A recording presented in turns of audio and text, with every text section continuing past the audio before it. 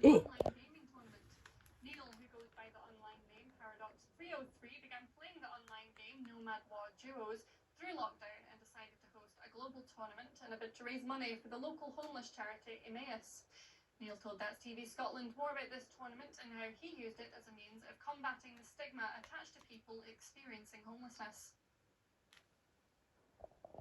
Started off playing and then eventually got into the competitive scene where it goes like across all levels really. You can be, a noob or somebody that's a professional and you can still play tournaments. So eventually got to the point where I wanted to start hosting something.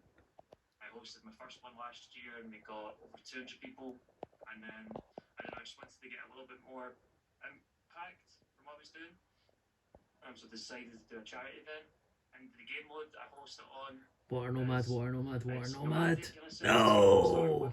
You're homeless as a start of it. So then I wanted to do something for a charity. Just kind of these two things just seemed to like mesh perfectly. I was like, well, it's something I'm quite passionate about in terms of like homelessness and the way, especially the homeless are treated by people that are lucky enough to do have a house. The thing for me is living in Scotland can be very attitudes can be very negative. To be honest, just towards anything at times.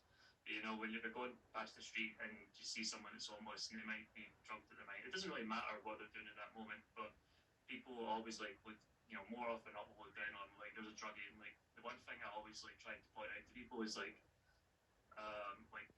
people the people experiencing homeless turn to drugs because they are homeless. They weren't like most times they're not. They weren't drug addicts before they were homeless. Like if you were out in the street, you need like that little bit of instant relief to just try and make your life a little bit better. It's like I think people really lack the empathy to understand like the position that they're in that moment.